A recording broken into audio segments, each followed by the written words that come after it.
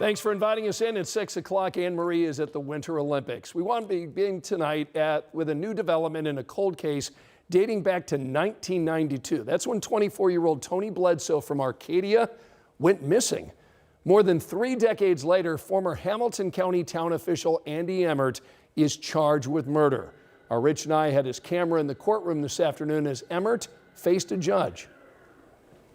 55-year-old Andy Emmert used to be the Utilities and Streets Superintendent and Building Commissioner for the town of Atlanta, Indiana. When he was just 21, investigators say he murdered this 24-year-old father of 3. On or about March 16th of 1992, you did knowingly or intentionally kill another human being.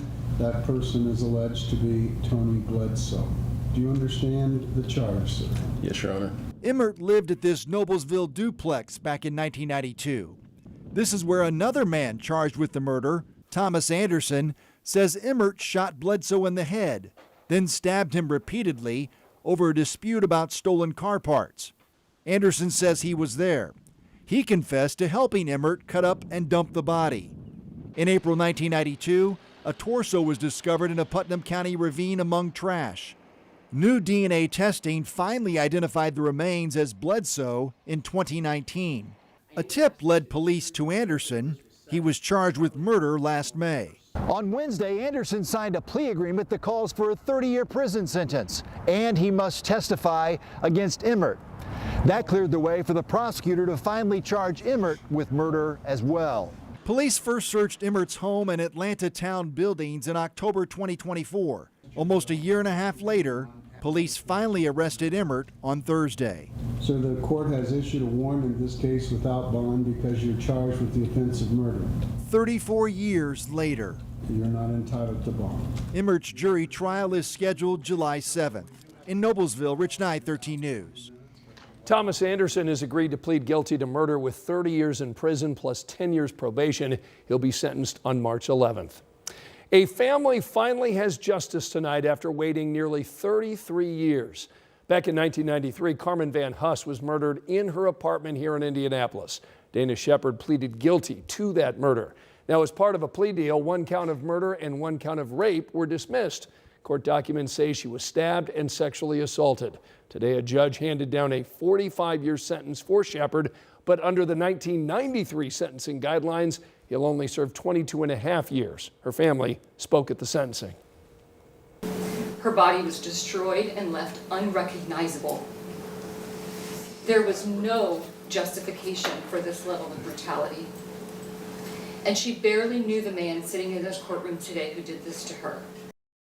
The family said they credit Detective William Carter, who worked on this case for years. Detective Carter was also there with the family during that sentencing. Tonight at 6, we are seeing more support at Hamilton Southeastern School for 17-year-old Haley Busby, who died. That school is selling clothes to remember Haley. They've reopened online orders with shipping available across the country. Today, our Brandon Schaff shows us how it is now helping Haley's family. Outside Hamilton Southeastern High School, a pink ribbon to remember their late student Haley Busby, who died in January. Inside, students took inventory of t-shirts, hoodies, and sweatshirts made in her honor, preparing to distribute them across the school and community. These clothing items here at Hamilton Southeastern High School are unboxed and ready to be distributed. Hundreds of orders, all to honor Haley Busby, and all the money raised going directly to her family. Whether they knew Busby or not, there was a common theme of unity and purpose to carry on her legacy and allow the clothing to be a constant reminder of who she was. She was a Royal, she was a part of our family, and it's devastating for this whole school, and it's very good for the family because the proceeds obviously go to her, so it helps bring the community together in tragic times. Nearly 1,300 items were sold and more than $5,600 were raised. The clothes were designed by the Hamilton Southeastern Fan Stand, with the pink ribbon representing Busby's favorite color, including a HSC logo in the middle. The back shares messages to support Haley's Law and all missing children. For HSC teacher Sean Kroll, it's an opportunity to remember his student. I don't think enough people understand how much we pour into these kids and how much we care about them. This has been a rough couple of weeks, and so the bright spots like this are always good for us. While Busby is no longer there, her classmates created tributes across the HSE campus and on these clothes to keep her memory alive. Love you, Haley. In Fishers, Brandon Schaff, 13 News.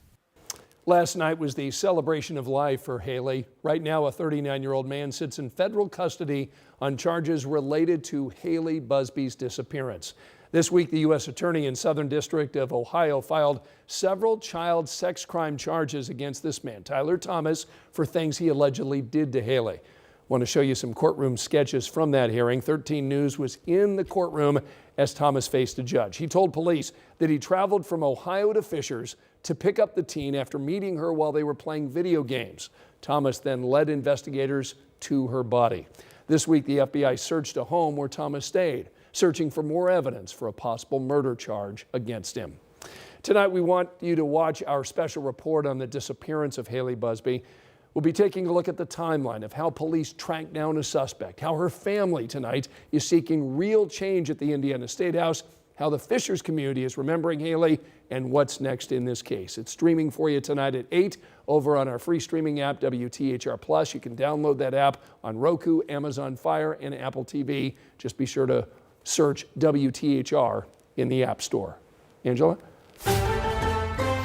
Scott, it was a mild Friday with a lot of central Indiana in the 50s. We're in the 30s and 40s now, already down to 37 Connorsville, but still 45 in Greensburg, 47 at Morse Reservoir, and 49 degrees Bunker Hill. We do have a great sunset underway at this hour. Morning sunshine will give way to increasing clouds in that Saturday forecast. Rain late in the day. If you don't want to deal with the wet roads, take advantage of the early part of tomorrow. By 5 p.m., the steady rain enters the southwestern part of the state with the steadiest rain tomorrow night into the early part of Sunday. All right, Angela, thanks so much. We are 100 days away from the Indianapolis 500. Alex Almanza joins us live from the Motor Speedway to show us how fans are gearing up for the 110th running of the greatest spectacle in racing. Hey, Alex. Hey, Scott, what better way to celebrate America's 250th birthday than with the 110th running of the Indianapolis 500. Now, this is one of the staple events here at IMS, and we're actually near the pagoda and one of the Gallagher Plaza, that is. And people here, they're celebrating. There's food. There's a lot of, there's a little bit of drinks. You've got some merch that you can get. And so this is really a time when people can get really excited. It's hard to believe that we're only 100 days away from the greatest spectacle in racing.